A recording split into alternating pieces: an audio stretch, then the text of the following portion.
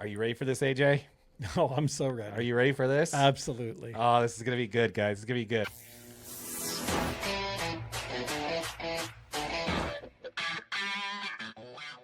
But first, before we get into the content, folks, we'd like to encourage you to join the conversation in the comments down below. While you're down there, consider subscribing to Major League DNA and make sure you smash that like button for your boy AJ right over there. Do it. So, Vice put out a video on YouTube earlier last week, and they were doing a breaking down the GOAT debate in Major League Baseball. Yeah.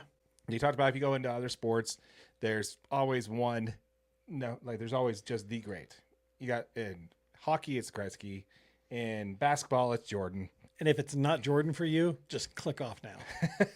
But when it comes to Major League Baseball, it's always been one name and one name only, and that is George Herman Ruth, the Babe himself. But is it still?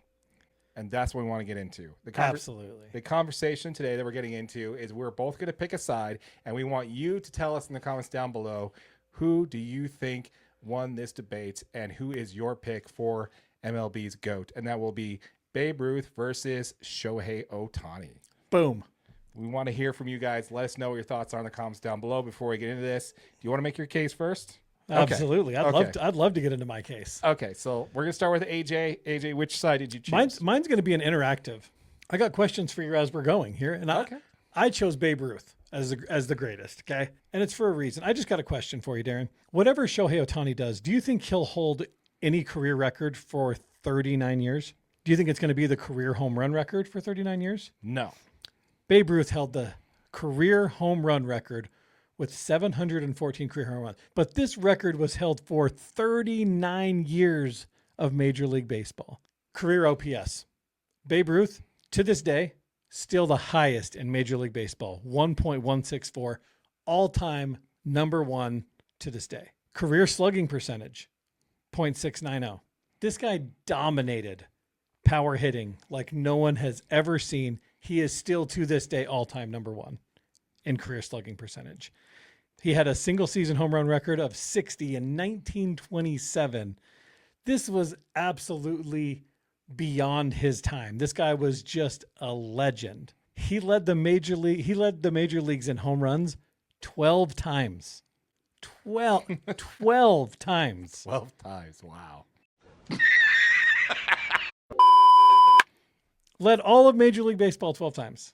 And wasn't even close. He was a 7-time World Series champion. Mm-hmm. Had a career batting average of 342. That's insane, great. Dude. I mean, the best hitters in the world hit 300. And that's just his hitting. That's just him as a hitter. His career ERA. So you go into it as a pitcher, and obviously he pitched early in his career, didn't pitch so much later. You get old, you gain weight. It happens. It happens. The dude got fat. It happens. But still, as a pitcher in his career ERA was 2.28. This guy's not throwing 100 miles an hour. I couldn't actually find what his average pitch speed was because I'm assuming they didn't have radar in 1927. No, but it's been assumed that he's pitching in the upper 80s. Upper 80s. Okay. Yeah. Okay. So upper 80s, which was fast for the time. At that time, fast. Obviously, almost unhittable for a 2.28 career ERA. But at that time, I mean, during his season's pitching, he was 22% better than league average with his career ERA, which is very impressive. He had a 94-46 record as a pitcher with 17 shutouts. That's insane. 17. It's an insane number. Yeah. It's a different game, different type of game back then. A whole different game. Yeah. I mean, complete games were much more common back then. If you pitched the whole game. Yeah, you pitched to contact, not strikeouts. Yeah. Yeah, his best season was the 1916 season where he went 23-12 with a 1.75 ERA and 9 shutouts. In the World Series that he pitched in, he had a 3-0 record with a 0.87 ERA and 29.2 consecutive scoreless innings, which was a record at the time that it happened. Isn't it still a record? I'm sure it's still a record. Yes, for sure. I don't know anybody who's hit more. He's done more than that, but I mean, this guy before he became a full-time hitter, Babe Ruth was one of the best left-handed pitchers that baseball had ever seen. And for him to transition from an elite pitcher to a great hitter, it just makes this story that much better, right? Because Shohei was a great pitcher, or, was a good pitcher and has become such a great hitter, and he battled an injury and then had such a great hitting season and I'm sure I'm not going to go into too much because I'm sure you've got all the things that you're going to pitch on your GOAT. Yeah, maybe.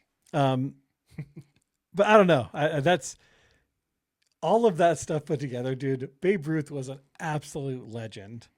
And I think that's enough to make him the greatest of all time.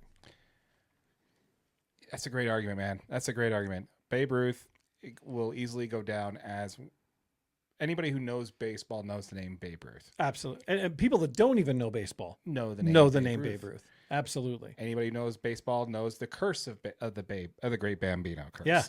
The reason why Boston took over 100 years to win a World Series is simply because of the fact that they traded him. Yeah. And then he became this legend with seven rings. Yeah. With the Yankees.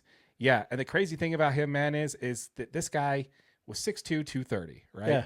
This guy swung a bat that's probably about like half a pound heavier than anybody swings in Major League Baseball today. Right. Just an absolute log this guy is swinging. Yeah. And his bat speed is comparable to the average bat speed of today. Like the modern athletes that we have with their super light bats. Just an absolute freak. And these aren't fully trained athletes in the 1920s, right? No. These guys still, a lot of them still had full-time jobs. Yeah. And the thing about Ruth is if I always had this comparison with Ruth. If Babe Ruth was dropped down into Major League Baseball today, right? Who would he be? And I have a perfect comparison. I'm ready. Mike Trout. Oh, absolutely. 6'2", 230. Like that's right around where Mike Trout is. Yeah. His elite hitting, his elite fielding, and of course, obviously Mike Trout has an injury history, has a hard time to stay on the field, but absolutely, man, I absolutely love it. Yeah, Babe Ruth is easily the greatest of all time when it comes to baseball. But here's my argument against that. I'm ready. So this is a debate for the show versus the Babe, right? Yeah. And while I agree with you that there is no name in baseball bigger than Babe Ruth, times are changing, my friend. I do agree. Times are changing. There are people that if you showed Shohei Ohtani's face to around the world, they'd be able to point out and say, Shohei Ohtani. Yeah. That's Ohtani. Ohtani. People who don't know anything about baseball, not even in a country where baseball has a professional league, you point at it, they go, Ohtani. They know who he is. Yeah. Right? Not exactly the same thing you say about Babe Ruth. No, absolutely not. Definitely more of an American household name. Baseball Yes. was started in the U.S. Yes. He helped grow the sport to being what it is. But Babe Ruth is the reason that Shohei Ohtani can come play baseball in the United States and become a household name. Yes. He did go over to Japan, which for most of you people who may not know. But here's my argument, man. So Shohei Ohtani. So let me just start with this. 50-50. Let's start there. It's a tough number. 50-50. Did Babe Ruth ever hit 50 home runs and steal 50 bags in a single season? The answer is no. Did he ever hit 50 home runs and steal 20 bags in a single season? I don't think so. Still no. Still no, by the way. Yeah, you can still say no. Yeah, and he did it in a rehab year, AJ. Rehabbing from elbow surgery. Shohei Ohtani hit 50 home runs, stole 50 bags.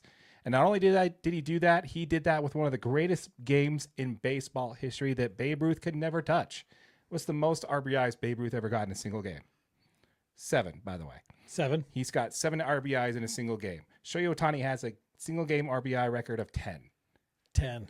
That's impressive. And he also stole 2 bags in that game to get to 50-50 in one game, AJ, which has been deemed the greatest single game performance in baseball history. Yeah. So nobody else in baseball has ever done that. Babe Ruth did the two-way thing, which is what everybody talks about. When you talk about Ohtani, oh, well, Babe Ruth did it. No one's done that since Babe Ruth. Yeah, we can get past that a little bit because Babe Ruth only did that for 2 seasons and then stopped. Right. He pitched and hit for 2 seasons. Then once he went to the Yankees, he switched to being a position player, played right field, and, great fielder, a great right fielder, and the best hitter in baseball history, hands down, best slugger baseball's ever seen.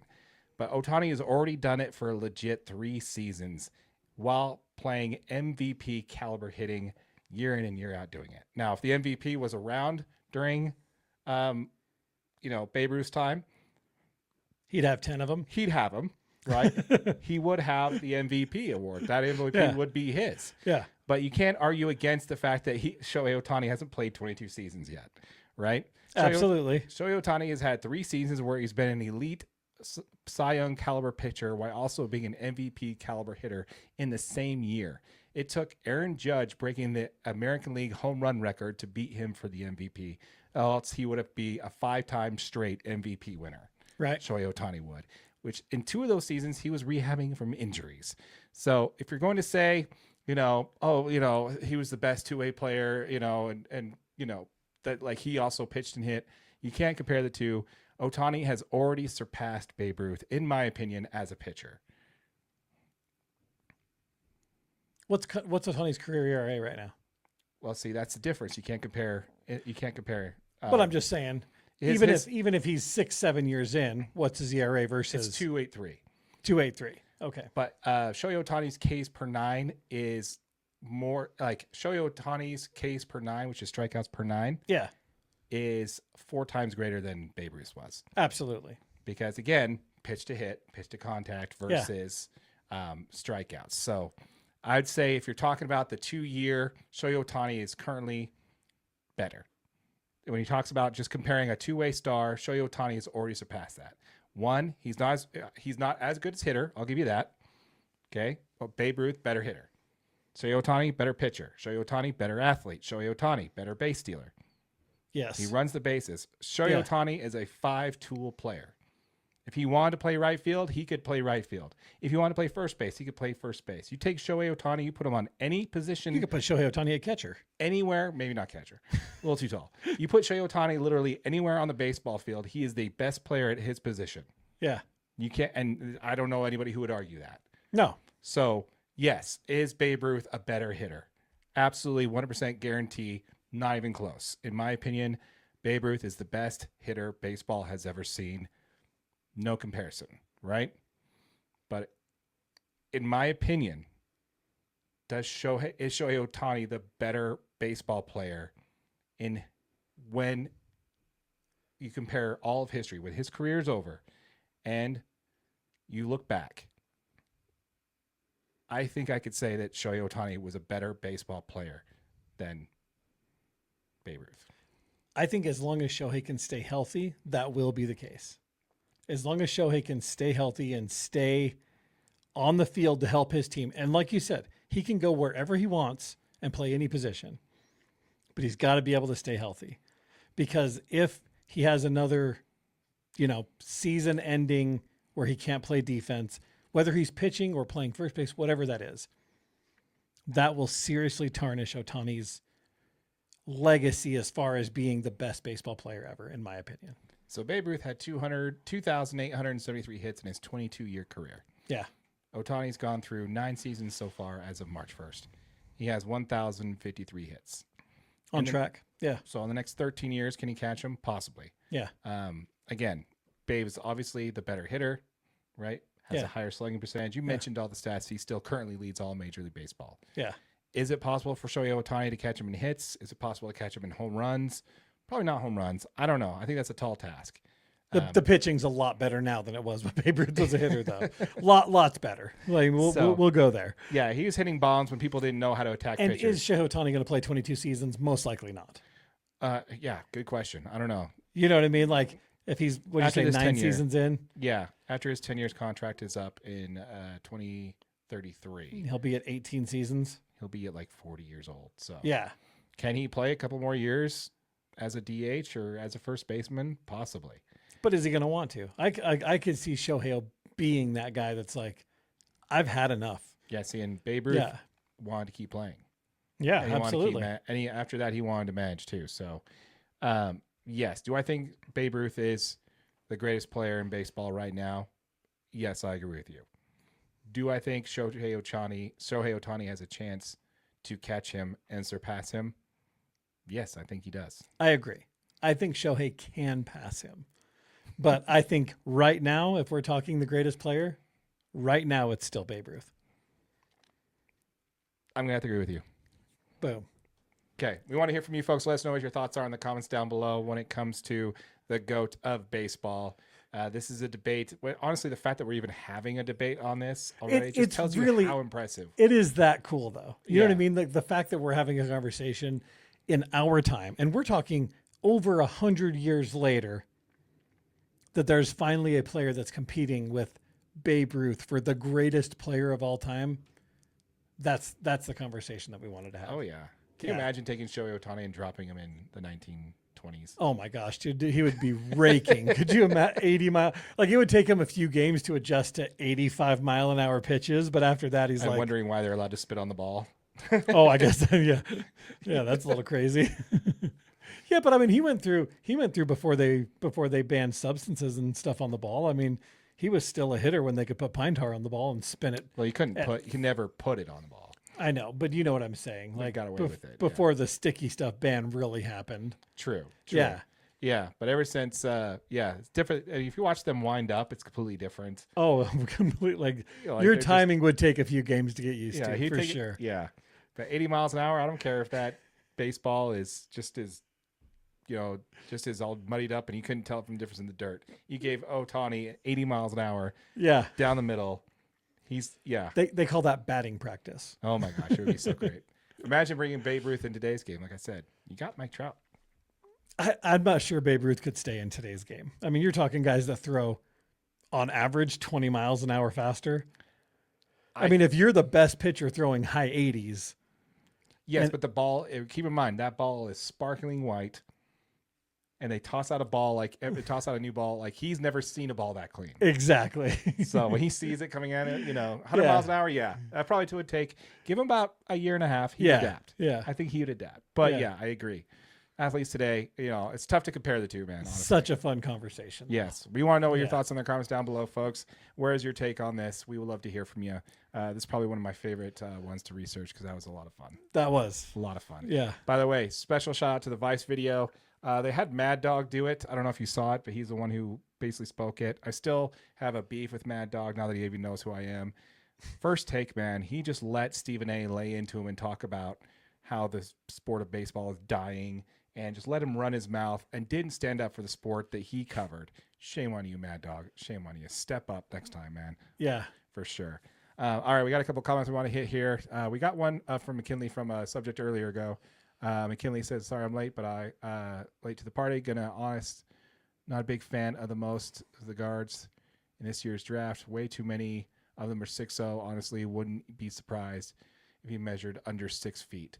Yeah, you know how it's very well You've seen the documented. show enough. Yeah, You very well know Darren documented. hates short guards. Yes, it's literally, I don't know what it is, but the Jazz seem to have an addiction for it. They want these guys who claim to be 6'2" and basically are my height, so Yeah. which your boy is not 6'2". So, No. it's fun. We got a comment here from a friend of the channel, Tammy Price. Let's see here. Currently, Shohei currently has a scoreless inning streak and an on-base streak running at the same time. Impressive. Very impressive. Did not know that. Thanks, That's Tammy. awesome. We also have another comment here. It's so hard to compare players from different eras. The game is so different rules, different equipment, different standards. Yeah, that's why this conversation is so great because you can have that comparison. And I think probably one of the greatest ways to do that is a stat that we didn't go over, which I'd actually probably want to compare, is go with, ERA plus and OPS plus, which basically they take it against their peers and their average and then go how many points above 100. Yeah. And that tells you how good you are. Yeah. Probably should have reached that. We probably should have pulled that stat. We probably should have. But it's okay. That was a great take though. Yeah, Yeah. it was. It was a lot of fun. All right, man. So we got a couple more things we want to talk about baseball Yeah. before we get out of here. We went a little long on that one, man. Holy cow, that was a long we? conversation.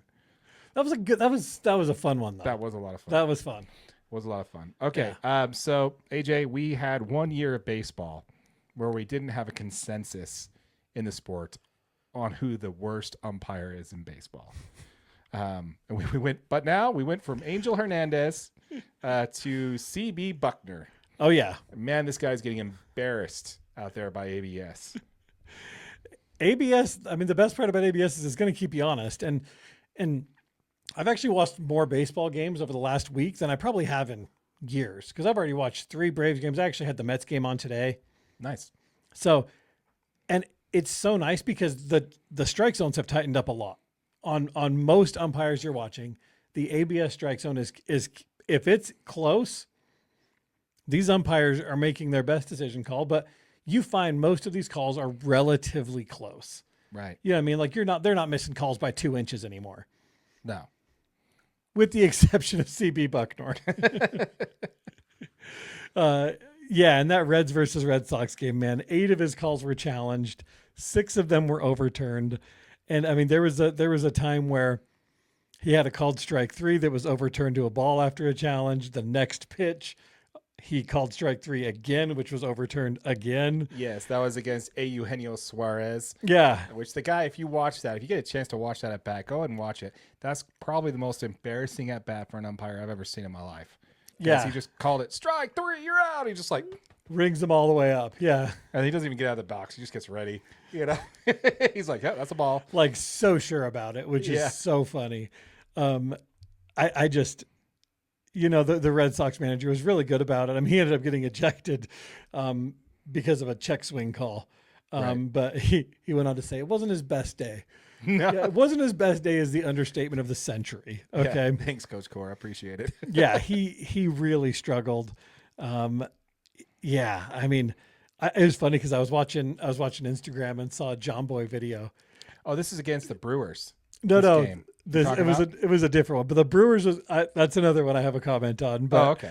The John Boy video, he was joking around saying, anytime CB Bucknor's behind the plate, teams should get 3 ABS challenges purely based on his percentage of overturned calls. I was like, wow. Wow. It's so bad, man. It is so bad. You feel bad that first base call though. Yeah, see, that's what I want to talk about. Like, replay as a whole has been around for a while now. Absolutely, yeah. And you're thinking, okay, the ABS challenge, maybe you just don't put CB behind the dish anymore. Yeah. But oh my gosh, in this game against the Brewers, you want to break down the call? Yeah, absolutely. Okay. So, I had the whole thing on here. But anyways, there's a hit, hard hit ball, short base, shortstop, right? Yep, Jake Bauers. Yeah. For the Brewers. Hits the ball hard, running. No, it was actually hit at second base. Handles it, overthrows the ball to first base. The guy runs past, clearly steps on the bag. It shows the replay, and CB Bucknor's not even looking at first base. He's looking at the ball being thrown over the first baseman. He never makes a safe call. So the Brewers did the right thing. They appeal. They throw down at first. Yeah.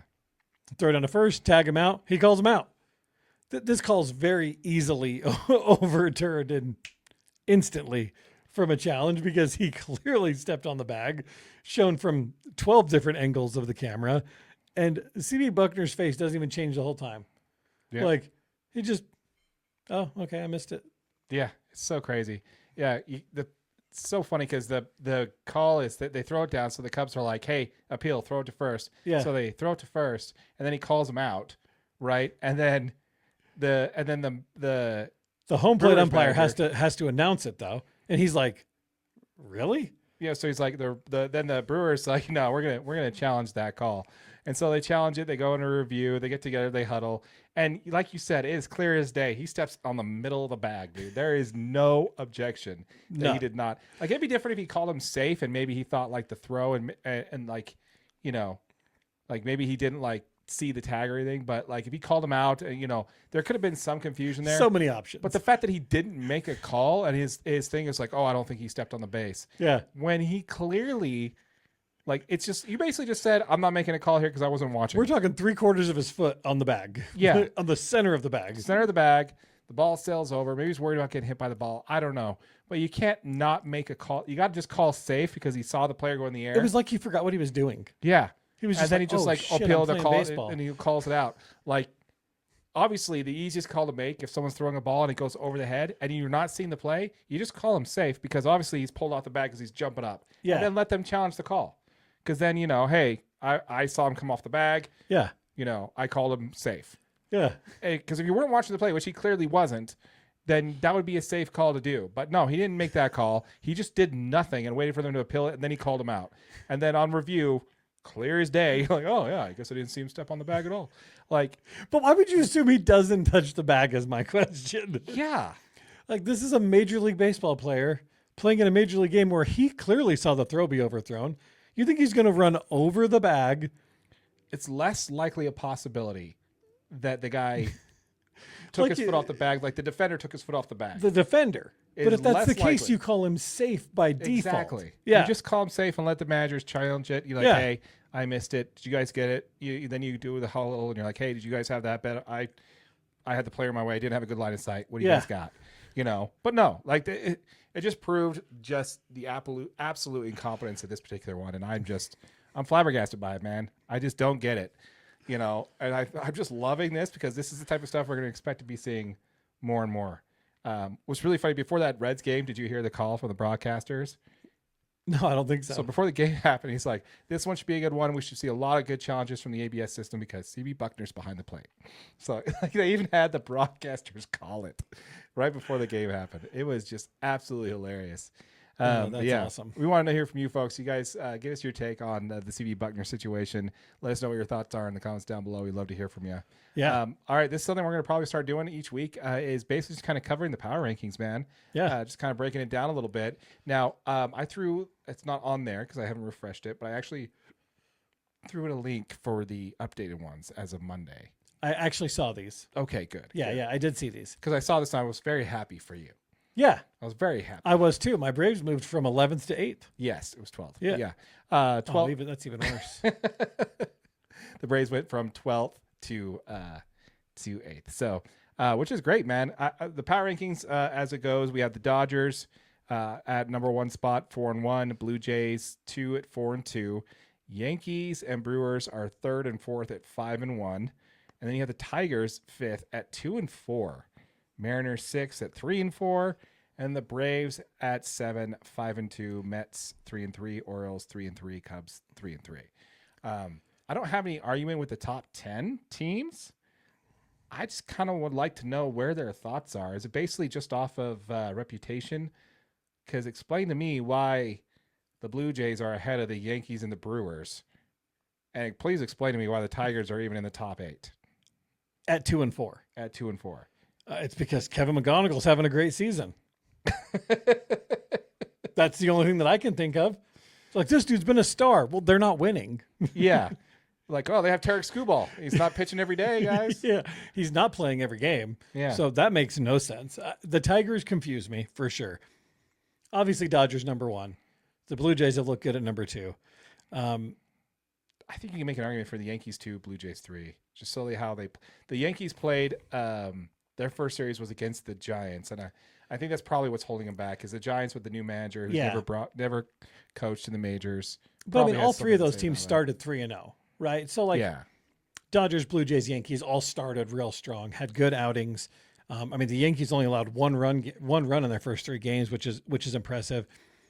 The Blue Jays held their opponents to a 157 batting average in those games.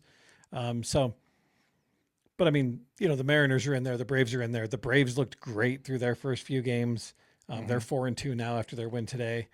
I don't know. The Tigers are the ones that confuse me in that top 10. That's for sure. Yeah, I guess they're just going off of reputation and how the team's built and expectations. Yeah, I'm thinking maybe there, but yeah, Cubs 3-3, man. They're, I don't know where to put that. In my mind there. I think they should be in the top 10. They are that good. Orioles, they're doing well. Mets, also 3-3 makes sense. And I really like how they moved the Braves up because, again, a lot of folks were expecting them preseason to be, before all the injuries, considered to be a contender in the National League. So the fact that they're starting 4-2 with all the injuries, I think that's well warranted. I think it's great to see. Yeah.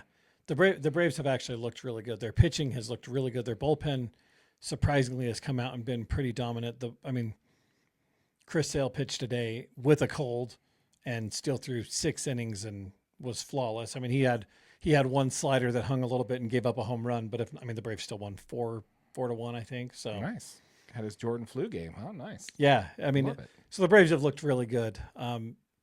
Really Drake Baldwin, the rookie of the year last year catcher that plays for the Braves. I think he drove in 4. Maybe the Braves won 5-1, but I think he drove in 4 of those runs. So Drake Baldwin's playing out of his mind right now. It's been really fun to watch. So nice. We want to know what you think, folks. What do you think about the power rankings there? Are you okay with the top 10 there? Is there anything changes that you would make? We want to hear from you. Let us know what your thoughts are in the comments down below.